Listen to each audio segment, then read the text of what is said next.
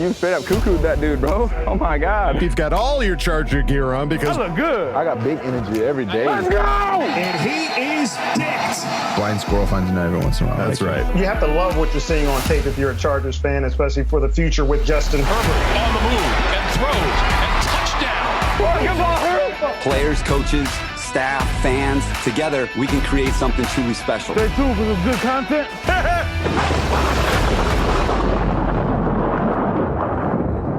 Well, hello again, everybody. Welcome back to the Charger Chat. I'm your co-host, Wolldog, sitting with my buddies, Kev, Hug, and Duggan. What's going on, you handsome sons of bitches? Oh, just feeling handsome as ever, especially Kyle, the coach, Duggan. What's up, guys? Hey. All right, folks, back with another episode for you this Friday. We got plenty to talk about, and off the bat, we need to talk about NFL has been coming out with the top 100 players for the last season, and we were delighted to see not one, not two, but three, one of them being a technicality, but three Charger players making that top 100 between 55 and 60. First one coming in was number 60, Corey Linsley. Yeah, buddy. That's impressive, man. A center making the top 100 players in the league list. Big time. I think he's the top ranked center, too. I think he's the numero uno. uno. Has to be. That's awesome. Great to see Corey Linsley all there. First time All-Pro selection in 2020. Linsley elevated his level of play in his last season with Green Bay. The often underrated center allowed one sack and was penalized 0 times in 734 snaps over 13 starts per Pro Football Focus. That's absolutely insane. That's insane. Yeah, no that's penalties. Yeah. Better continue that that streak. Now an anchor for the Chargers O-line, Linsley has exceeded expectations since entering the NFL as a 5th-round pick in 2014. His breakout campaign certainly warranted the mega deal he received from LA, as well as this debut spot on the top 100. Oh, it's first time on the top 100. That's crazy. Well, a 5th round pick, this guy. I mean, I kind of forgot that. Well, Jeez. and he's also that guy that hasn't made the Pro Bowl ever. Yeah. I mean, like, crazy. this guy is like the best center in the league, and he's hardly had any accolades to show for it. So good for him. You'd think that, playing with a quarterback like Aaron Rodgers, they would kind of go tandem. Like, he gets in the Pro Bowl, he gets in the Pro Bowl. Right. So it's kind of bizarre that That's what it hasn't always happened was. for him Like Jeff Saturday and Peyton Manning. They were always hand in hand, skipping off into the Pro Bowl sunset. yet. Yeah. So hopefully Corey can do that with our Jay Herbat this year. Where did he end up on the top 100, Adam? Well, he came in. Pew, pew, pew, pew, pew. Yeah, just a few more steps behind. Number 56 was Justin Herbert in the top 100. From the moment Herbert, the number 6 overall pick in last year's draft, debuted in week 2, it was clear he had a chance to be the man. That became common knowledge by the end of a historic AP NFL Offensive Rookie of the Year winning campaign. I think we had a little something to do with that. I'm not trying to. No, we voted the shit out of that. We voted the hell out of that. Dude. Oh, the so Pepsi much stuff? Pepsi. Yeah, so much yeah. Pepsi shit. Yeah. Pepsi stuff, but I mean, we campaigned pretty hard for Justin Herbert to be the Offensive Rookie of the Year. Suck it, Justin. That's Jefferson. right. Those nice save. Those 6 months the Chargers had to endure without a clear franchise quarterback must have been so excruciating. They would likely do it over 100 times out of 100, though, if it meant landing the exciting gunslinger. Dude, That's fun. 6 months? That's all we nothing. had. That's all we had. Yeah. How How ridiculous is we that? had one game without a franchise quarterback. Yeah. That's all right with me. Which we won. Just saying. Which we won. So it really wasn't even that bad. What do you guys think Really. about 56? Did you anticipate Justin being higher or lower, or does that kind of feel right? It's I'm just glad he made the list. Yeah. Like, it's hard because give him another year, I think he like jumps up like 25 spots. Like, he just keeps he's gonna keep jumping up. But this is a good like middle, right, almost dead middle of the pack, so hoping it's not a fluke. What about Justin Jefferson at number 53? That's bullshit. Yeah, that seems a bit. That makes absolutely no fucking sense. That doesn't make sense if you have. If Herbert got Rookie of the Year over Justin That's Jefferson. what I'm saying. Yeah, that Makes doesn't no make sense to sense. me. But even beyond that, I would say I don't know what other rookie quarterbacks have ever made the top 100 in that following season. As far as looking back on the previous season, what rookie quarterbacks even made the top 100? So as long as none of them were higher than Herbert, I'm okay with it. I think there might have been a couple. The thing is, like, Justin had a lot of like excitement coming off his rookie year, but some of these other guys had the excitement one, and then they got the Madden cover. It would be like Joe Burrow having a Justin Herbert year. Yeah, if Joe Burrow had Justin's year, he'd be top 30 because of all the build up, and he would have lived up to it. Justin like kind of jumped onto the scene. We obviously weren't a playoff team. Right. We didn't win a whole lot of games. If we would have been a playoff team and Justin did what he did, and he was that kind of that guy had that hype going into the draft, he would have been higher. So now he has all that expectation coming into this year. So right, if he plays like he did and we're a playoff team, he's going to jump up this list pretty quick. Yeah, definitely. And I also think that him being ahead of Keenan Allen is what the hell's going on. Like, why is Justin Jefferson ahead of Keenan Allen on this list? I don't understand. I didn't even think about that. Yeah, Keenan Allen's 55 and he's 53. I don't know. Explain it. Help me. None of us, I think, can wrap our heads around it. Keenan Allen came in just shortly after Justin Herbert at 55. Allen turned in another Pro Bowl caliber year while helping to make Herbert's year one a smooth one. Although he fell 8 yards shy of a fourth straight 1,000-yard season, Allen was one of 6 wideouts to haul in at least 100 receptions. He also scored 8 touchdowns, the most he's had since his rookie season, and made a little history in Week 14 when he set the record for most receptions by a player, which was 623 in his first 100 games. Guy's not 55. Give me a fucking break. He's top 30. He's already top 30. Yeah. I just feel like a couple more years with Justin and success. I don't think that. I don't think you can say that anymore. Like I think success is going to increase his stock. His stock. Everyone says he's the best. We start winning games. Yeah. He starts getting in the playoffs and shows up big time at big time situations. That's the only thing that's kind of missing from his biography. It's like you need to get into the big games and you need to establish dominance in big games. He's established dominance in smaller regular season games, but once he gets there, it's going to be done. All this, underrated BS that he gets is going to be done. Yeah. In the same way that you explained it for Justin Herbert, Kyle, it's like if we had more wins, we'd be higher up. I think they would be scored higher. Both of them would be. Justin for sure. Jefferson didn't have that many more wins. I don't get. He had enough. That is an anomaly wrapped in an enigma. I don't even know what's going on with that bullshit number that he got. It'll be one of the unsolved mysteries of 2020. Unsolved mysteries. It's a great show. All right, folks, and it's time for another rendition of Bolt Insight, and we have another great guest today. Kev, who do we have lined up? We welcome back on Jake Hefner from the Chargers Unleashed podcast. Welcome back, Jake. Glad to have you. Awesome guy. Awesome conversation. Can't wait to see what you got lined up for us. Let's go right to it. As soon as that clock starts, your ass is mine. When I met Justin Herbert, man, that dude is big as hell. The goal is to just keep it rolling. Come in hype because we have a lot of things to be excited about. All right, guys, we are back with another Bolt Insight, and we are super pumped to have Jake Hefner from the Chargers Unleashed. What is going on, my man? What's happening, Kevin? Always good to see you, dude. Dude, it's great to have you on again. This is so much fun, and we got so much crazy stuff, so much excitement around the Chargers right now. So just wanted to check in with you and see how everything was going, and how's everything going over at the Chargers Unleashed? It's going great, man. Just like you guys, the anticipation level has been cranked up to 11. Yeah. So it just seems like on the daily, there's more stuff to talk about, more things that people want to know about. You have the practices happening, who's performing well, who's not, who's lagging. I mean, just it definitely makes for some good entertaining content, that's for sure. As a lot of people say, like, when was the last time that we could remember this much hype heading into a week 1 preseason game? We didn't have preseason last year, and how much in the retrospect did we miss it? So I'm looking forward to it, man. This whole training camp period, get out of that purgatory where there was nothing happening. And now we're getting closer to the regular season. Can't wait. We don't have to manufacture random things to talk about. Like we have exactly. There's so much we can't even fit it into most of our episodes. It's awesome. Right.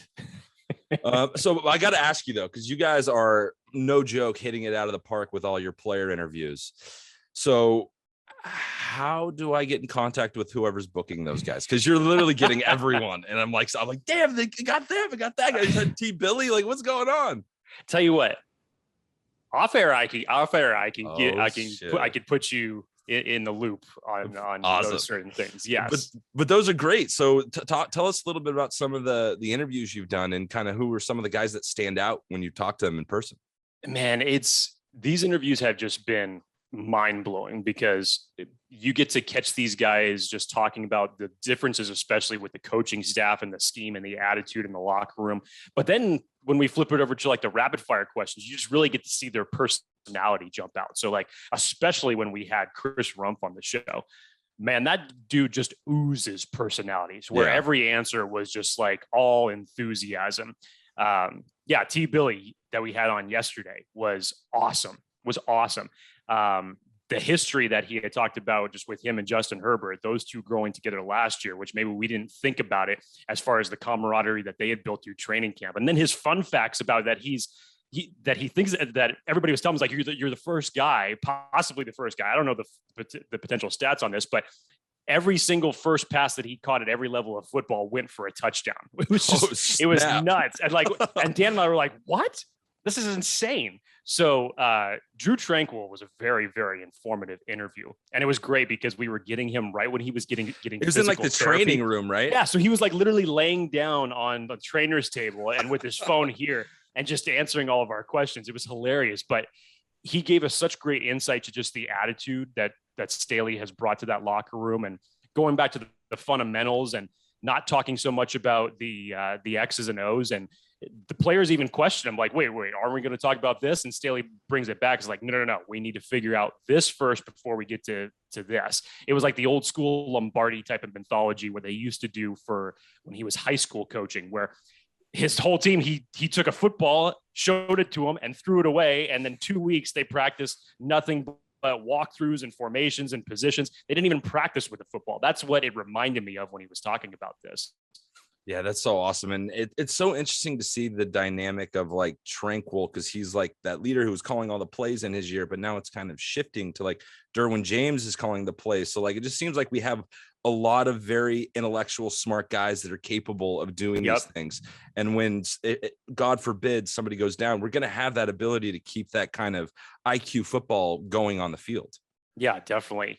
I mean, he's it's crazy to see just the type of dynamics, and everybody that we've had on the show, we always ask, like, okay, who are you most excited to see play this year, and why is it Derwin James? And Drew Tranquill answered that full-fledged, is like, oh, it's Derwin, easy. Chris Harris, it's Derwin, easy. Nasir, Derwin, easily. But yeah, it's just the leadership levels that you have now, especially on defense at all three levels, whether you're talking about like the defensive line, obviously Joey Bosa handles that pretty good. I'm sure Linval Joseph has something to say about that as well. And now, Drew Tranquill, Kenneth Murray coming into his own, and then the return of Derwin James in the secondary. I mean, it's ridiculous how much leadership and, as far as just the aspect that Staley wants to insert into this defense and understanding who the leaders are and putting his trust in them. It's a nice change to see. 100%. And wanted to get your take, because we've been talking about like the biggest storylines and the things for us during this offseason. Like, what was your big takeaway from training camp? Like the number one thing that you took away from training camp? When you start listening to those mic'd up videos, especially of Staley, it just really goes into what we all kind of expected when he was first hired on this team back in February. And just his way of how he executes passes, especially his way of wanting to build relationships with his players more on a personal level, between his whole dialogue between him and Michael Davis. And then you see him on the walkie-talkie with Derwin and getting in his ear when he puts the green dot and calling out plays. The takeaway that I realized, and again, this is still, you could take this as a theory of mine, but the whole hubbub that everybody came up about while Brandon Faison was in with the ones on the first couple of days of training camp, everybody said, well, why is he in there? And I told Dan about this, and this was just my thought process. And from Ryan Dyrud, obviously our host over at LAFB, we asked him because, he covers the Rams more often. So he's very familiar with Staley's coaching philosophy. Sure. I said, if we were to take the 5 cornerbacks currently that we expect to make this team, if you go through them and you say Chris Harris, obviously Asante Samuel Jr., Mike Davis, Brandon Faison, and Ryan Smith, out of that 5, I don't think there would be any argument that the weakest link out of all of that respectively is Brandon Faison. So if I'm Staley, for what I would want to see, considering how much he's talked about how much he loves his athleticism, he's still one of the bigger guys as far as defensive backs goes on this team. Yeah. So if I'm Staley and I go into it knowing that fact with the rest of the guys that we have around him, I'm going to put him against the Wolves, and I'm going to figure out, okay, so we can fix things here, and I'm going to get to that early, and I'm going to try to develop this guy and make him better than he was. Now, is he going to supersede any of the other cornerbacks that are on this roster and get that high up above Chris Harris, Michael Davis, and Asante? No. But if you can make him a better reserve player, that when he comes on the field, the drop-off is not that much of a difference, then that's a win. And personally, I think that was the philosophy that Staley was going for in that circumstance. Yeah, and I think that's a great point. I think the discrepancy is what Chargers have always had a problem with, the top and the bottom level. Like the floor is too low, and we have some really great ceiling players. But doing that, bringing up these floor players, it just brings up the quality of the team. So giving him more reps, giving the whole team more reps, having split periods, like this is all like seems pretty no-brainer, but our coach is doing it, and we didn't have it before. Right. And it's a twofer because now if you look at it from Brandon Faison's point of view, this is only giving you confidence to say, wait, coach, day one, I'm going in with the ones. Really? Okay, cool. I'm going to go in and do the best as I can to ball out if I'm him. But so, yeah, it's a twofer because Staley's getting a chance to evaluate him against the top talent of this team. And at the same time, you're giving Faison a little bit more confidence that you could have as a trustability with a coach. So I thought it was a great move on his part, honestly. I totally agree. Let's look at the 3 phases of our team. Like one player from each phase that you really think is going to be establish themselves this year. Are we talking offense, defense, or are you talking about all offense, 3 defense, offense? Okay. Give me just briefly one of each that you think are going to be, really stand out this year. It's if you go offensive side of the football, it's hard to ignore what Tyron Johnson and Josh Palmer are doing right now. And Dan asked me this question. He said, who do you think is going to end up being the wide receiver 3 come the season? And I actually had to correct myself because I thought that originally I said it's going to be Josh Palmer, but then I corrected myself. I said, I take that back. Tyron Johnson will begin the season as this year's wide receiver 3. And I still think he's going to ball out.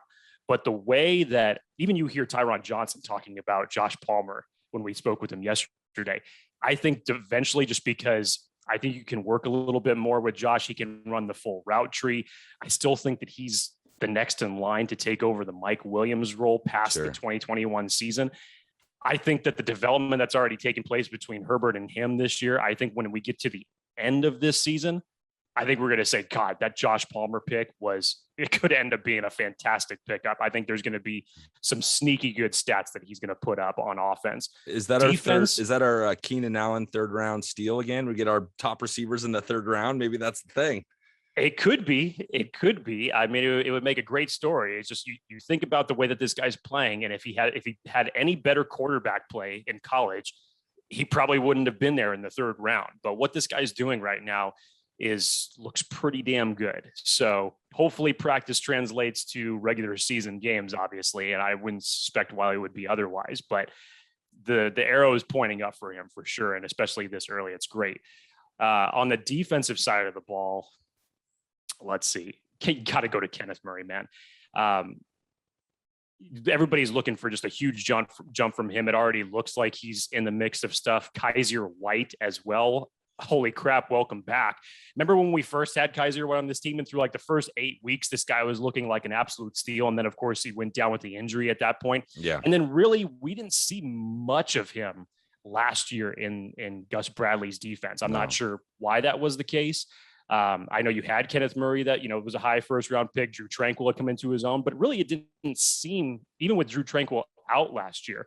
You didn't see much of a mix of Kaiser White. It was either Denzel Perryman and Kenneth Murray. And, you know, it wasn't really anything beyond that unless it was a reserve role. But Kaiser White is making a hard case to keep him off the field. I mean, how are you going to do this now with the way that he's balling out in camp to say, okay, well, I'm going to give less playing time to Drew Tranquill, who's proven himself to be a leader in the middle of the field. You're going to take time away from Kenneth Murray, who's a former, you know, first round pick last year, and the way that he's come in and just an absolute animal.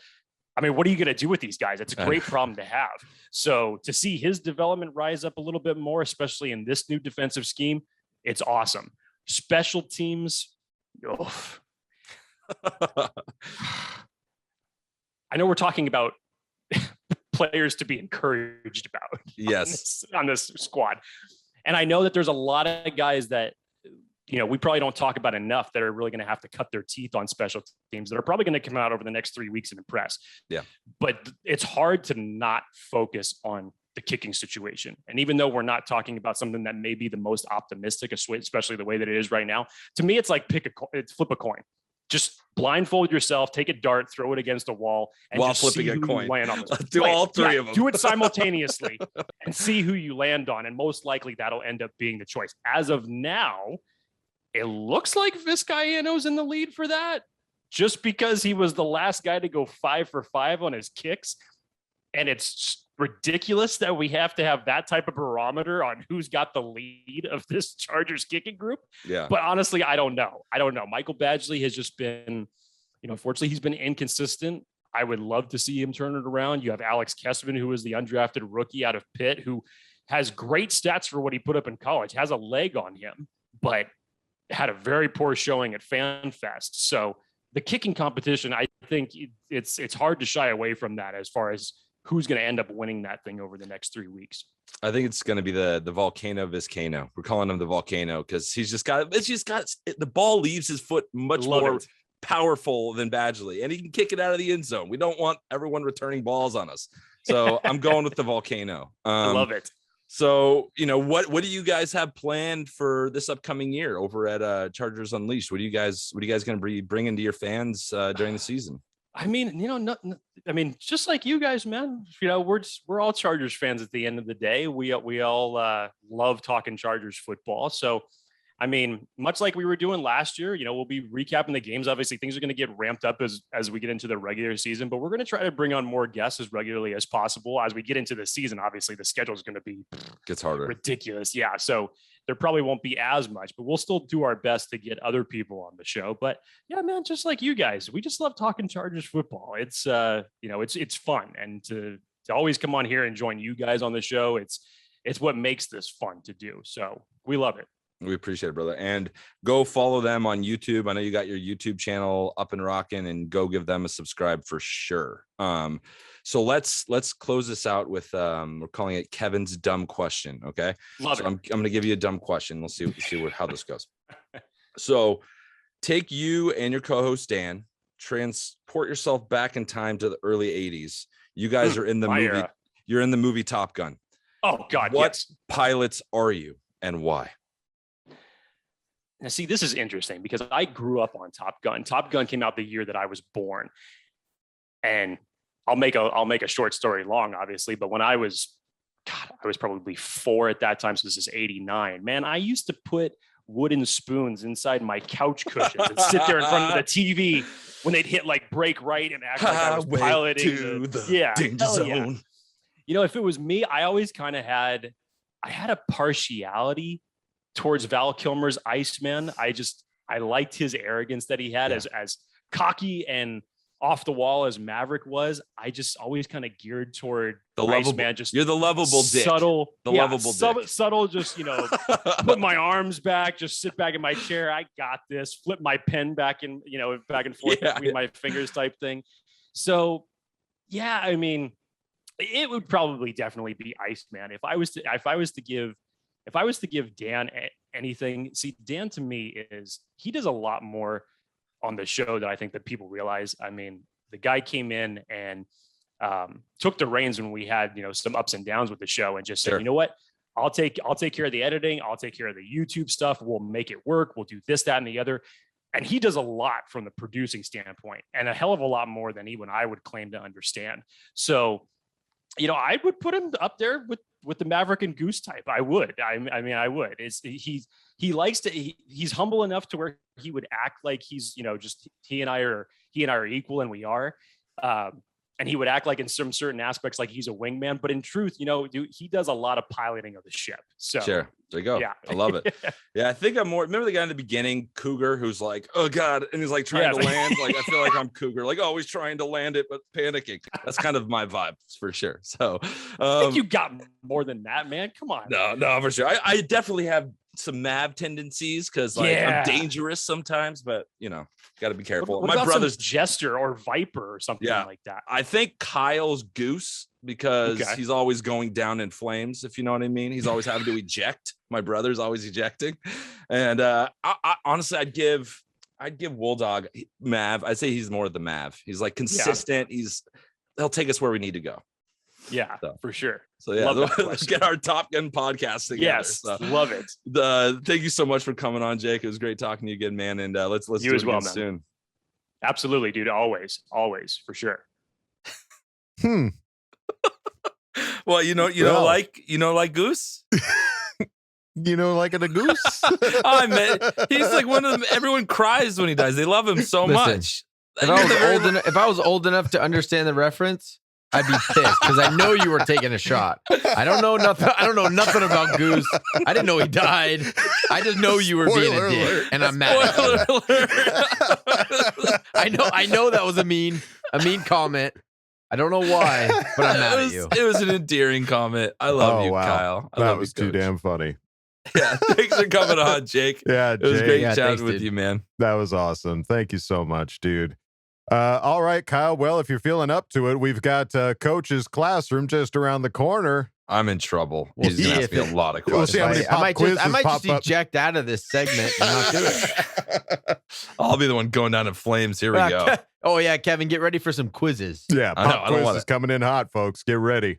That's right, folks. It's time for another rendition of Coach's Classroom. And hey, we've got some film to break down, some actual recent stuff, not like, hey, let me pull up a clip from 2018 and show you how this running back might have done something. Babble about something regarding the Chargers. We've got some more recent stuff to go over. And so we're going to pull out a question, and it's going to be Lucky Coach Lago. Congratulations, sir. Your question is going to be the one that we take a look at here on Coach's Classroom, and it goes something like this. Oh, I know it's the first preseason game. I know, but I know.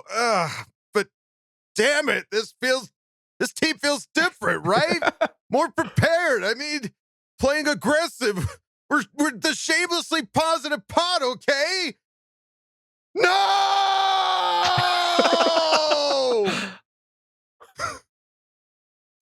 All right. So I know that's not really a question for a Coach's Classroom, but I couldn't help but notice him talking about how aggressive we've been playing, especially after we watched this first preseason game against the Rams. The defense was just playing so aggressive. So, and for those that weren't aware, that was my best Kev hugging Duggan being overly emotional. So there you go. Thanks, Coach. Thanks, Coach Lago. Real dick boy. Real dick. Spot on. Hey, give us some more different emotions that you want Kevin to hear of Kevin. Adam will do them. I will. He knows them all. Yeah, I'll do them. I could do happy. I could do sad. I could do it all. Okay, thanks, so Coach. Lago. Show us, Coach, what was some of the aggressive plays that we saw in this last preseason game? Yeah, so when I watched it, me and my wife went out on a date. We went to a bar and we watched the game. So I wasn't sitting at home analyzing everything when I watched it live. So when you pose this question, I got to go back and watch it in more detail, and I'm even more excited than obviously the points we allowed and the way that the defense played we saw was good. But then going back and watching, kind of breaking it down and seeing how it was different was so much fun. So just right off the bat, I only watched the first drive because we have limited. I don't want to be on here for 45 minutes talking about these games. So I picked 4 or 5 plays. I watched the first drive. It is night and day complexity difference. Yes. I don't know if you guys remember. I remember I looked at the first half of our game against Kansas City under our old defense, and we blitzed one time. And the first time we blitzed was with 2 minutes left in the first half. Wow. That was the first time we blitzed. In this first drive, the Rams had the ball for 7 plays. We blitzed 3 times. We blitzed 3 times in 7 plays. Whereas our old defense, we blitzed 1 time in a half. Oh, God. That alone, as a statistic wise, is just so polarly different. But then when you look, and then I want to look at you guys with some of the X's and O's about like what's really going on and how it's so much different. So right here, just looking at the way that we line up. So when you look at personnel, right, we went from a 3-4. We went from a 4-3 and now we're running a 3-4. All that means is you have 1 lineman, 2 linemen, 3 linemen, right? You have 3 defensive linemen, and then you have 1, 2, 3, 4 linebackers. It's still 7 guys. Right. You have 7 guys in the box, whether you're in a 4-3 or a 3-4. But look what it does to the line of scrimmage. When they go and they try to bring guys in the box to help run the ball, okay, this is a good question. Kevin, what kind of personnel are they in? They're in a 10. Close, 11. It's hard 11. to tell. Nah. There's one tight end out there. Sorry. It's out here. They're in a 11. nub set. Remember from last week? A nub Is set. 10 would you run a 10 if there were no tight end? 10 is no All right. tight end. So But 10 I is was trips close or enough. even with 2-on-2. Yeah, dude, you're getting there. I just want to let Keep you know, getting there. Coach, I panic almost every week worrying that you're going to quiz me with something. I think most of the time you know the answer, but it's like when you take a test and you like shit your pants and get scared. Never and good you at tests. Answer wrong. Yeah. I went to film school. We Kevin's didn't not a take test tests in taker, film yeah. school. But they're in 11 personnel, but then they bring this receiver in and we're able to keep our outside linebacker in the box. So on the line of scrimmage, you have you have 5 guys up here on the line of scrimmage. Whereas in a 4-man front, the most you can have is 4. So what it does is it makes it more you have an ability to adjust to what you're seeing. So if they go heavy, we can match it up, right? So most people's big concern in going from a 4-3 to a 3-4 is you get lighter in the box. You're taking out a defensive lineman and adding a linebacker, which should be a lighter, more athletic, versatile type of player. But man, you had Kyler Fackrell and Uchenna Nwosu. Those are not little guys. This is a big box still. You have 5 guys. Like this is like I remember playing Pop Warner football. You run a 5-man front. That's all you do because you just don't want him to run the ball. And you have that ability when you're in this defense because these guys are both comfortable being here and still being able to drop out into coverage. So I just wanted to look and show you guys just from a X's and O's. This is our base defense. This is not nickel. This is our base. This is 3 linemen, 4 linebackers, and 4 DBs. You have your 2 safeties and your 2 corners. This is what the base looks like. But then you go to our very next clip, and it looks totally different. Now it's 2nd and 8. We went into our nickel. So we brought in an extra defensive back. But in the old system, to bring in an extra defensive back, you take out a linebacker. Now we don't have to do that. Now, if you want to bring in an extra defensive back in nickel, what we can do is take out a defensive lineman, and now we have 9 specialist athlete type guys on the field. Right now, we only have 1, 2 defensive linemen. You still have 1, 2, 3, 4 linebackers, and now you have 1, 2, 3, 4, 5 defensive backs. 5 defensive backs is normal. That's what's normal for nickel is 5 defensive backs. But now instead of having to take out a defensive lineman or taking out a linebacker and only having 2 linebackers, now we still have 4 linebackers and only 2 D line. It just it adds this whole complexity to what they're seeing and who's doing what and not having any clue really what's going on, right? Nice. You can to me, I never thought of it like that. Like when you go nickel, I still always thought, well, even if you're in a 3-4, you take out a linebacker and bring in a DB. Coach Daly took out a defensive lineman and put in another DB. Look at all these guys. We only have 2 guys with their hands on the ground right now. You don't know who's doing what. Look, they're commuting because they don't really know who's doing what either right now in the preseason. But it's just you have 4 guys deep here. What are we even running? There's no way to know. And what happens is when you guys all watch this, Hodges is probably thinking the same thing. Their quarterback, like, they're messed up. They don't know who's motioning. What the hell are they running? Timeout. It just adds this this element of what's going on over there. They have 2 defensive linemen on the field. So it's just, I don't know, just watching this stuff. And Now we'll look at a couple of blitzes. All right, so here we'll look at one of the blitzes. Obviously, being aggressive most of the time means bringing pressure. So as you can see, as we line up, we have our 4 down guys. Now, whether you consider this a D lineman or an outside backer, it just is based on who the guy is. But you have 4 guys in the box because we are in nickel, right? So that means we have another corner, and then your 2 safeties with all these 6 guys in the box. So what's really fun to watch is even the dynamic ability of your blitzes. So right off the bat, when I start this play, Drew Tranquill is going to come up and show blitz. So he'll come up, he shows, you see all these linemen, they're checking right away. They're pointing at Drew. They go, Tranquill's blitzing, he's blitzing. Now they've shifted their pass protection. As soon as he comes up and shows, now they're aware and they shift it. Now watch what Drew does once he sees, oh shoot, I blew it. He checks, look, he looks over here, he checks to Kaiser and goes, Kaiser, you're going, I got your zone. So now all of that's going on pre-snap, he blows it, they check, they saw him. Now he looks over to Kaiser blitz, I'll cover your zone.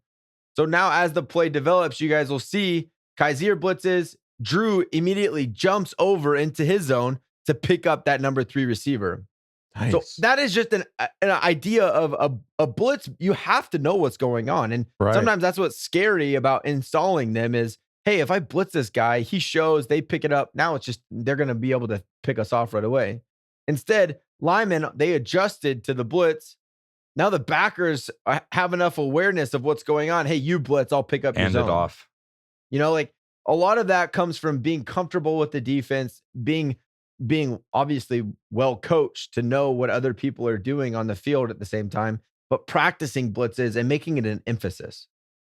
Do you think that might have been by design, that like, I'm going to pretend like I'm blitzing and then I'm going to hand that off to you and let you blitz? Or do you think that was an actual mistake?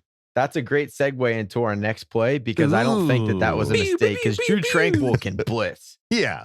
Segue alert. All right. This play, I think, is the one that we all remember. And it was kind of that signature first series play where you're like, wow, we are more aggressive. Like when I was watching the game, just at the bar watching the game, I was like, wow, this was something that you just never saw. You never saw a middle linebacker touching a quarterback. It never happened.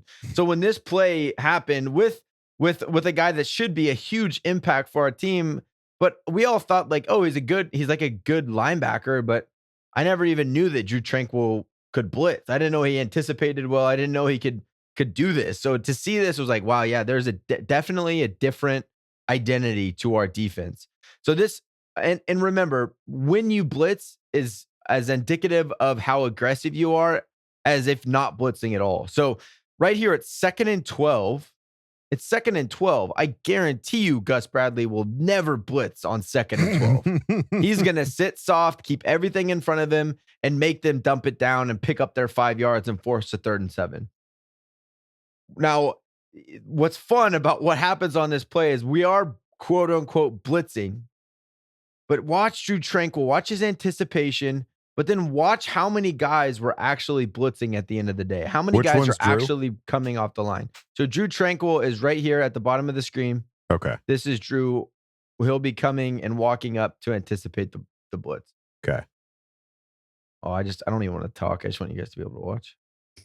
Just flies in there. Come on. Like, how has that just not been a staple for, like, if you know this guy's skill set, he didn't just develop that ability in the last 6 weeks. He's had that in him since he was drafted. That was quick. He anticipated that snap so perfectly, and you didn't see the lineman going, hey, check, Drew's coming, right? Right. He anticipated it so well that they were on their normal, their pass protection, and he just flew right through. But watch. So you saw Drew blitz this side. Right. But what happens, right? We're in a 3-4 now. These guys aren't D linemen. They don't have to stay on the ground. What happens at the top of the screen, Uchenna, he backs out into coverage. So in reality, you're blitzing a linebacker, but you're still only sending these 4. So you still only have 4 going. So you still have 7 in coverage. So you could consider it a blitz because there is a linebacker coming. But watch, as I press play, you still have 7 back in coverage. That's crazy. So all your zones, you still have all the same zones you would normally have, but instead of the offensive line knowing exactly who's coming before the snap, now Drew gets a full head of steam, and you have all these athletes on the field to be able to go and make plays. God, that So feels like exciting. 4D chess, dude. Yeah. So exciting, man. It really is. It's just everything. Like it makes the offensive line always have to think. Even if we don't do that, they just got their quarterback lit up. You know they're going to get laid into on the sideline. Oh, yeah. And now every time Drew takes a half a step forward, they're going to be like, oh, Tranquill's coming, and they're going to try to switch. And then it becomes a mind game. It really does become like chess for these players. Drew will come up and walk up to the line before the snap and then drop back off because he's not really blitzing. You have an ability to get in the quarterback's head. Quarterback doesn't want to get hit like that. You get in the offensive line's head. They don't want to get beat. Right. You just have this different ability to mess with and manipulate situations. And again, blitzing on 2nd and 12, that's not something that we've seen as Charger fans in a real long time. So, like I said in the last episode, I haven't been this excited watching defense since like Junior Seau era of defense. Like I just haven't been. Like I always wait and am ready for the offense to take the field, but this is different, man. I enjoy watching the defense so much. Yeah, so I'm just so excited to be able to again watch real film. I do anticipate in our coaches' classrooms when we have not preseason opponents, right? Preseason opponents, we don't know.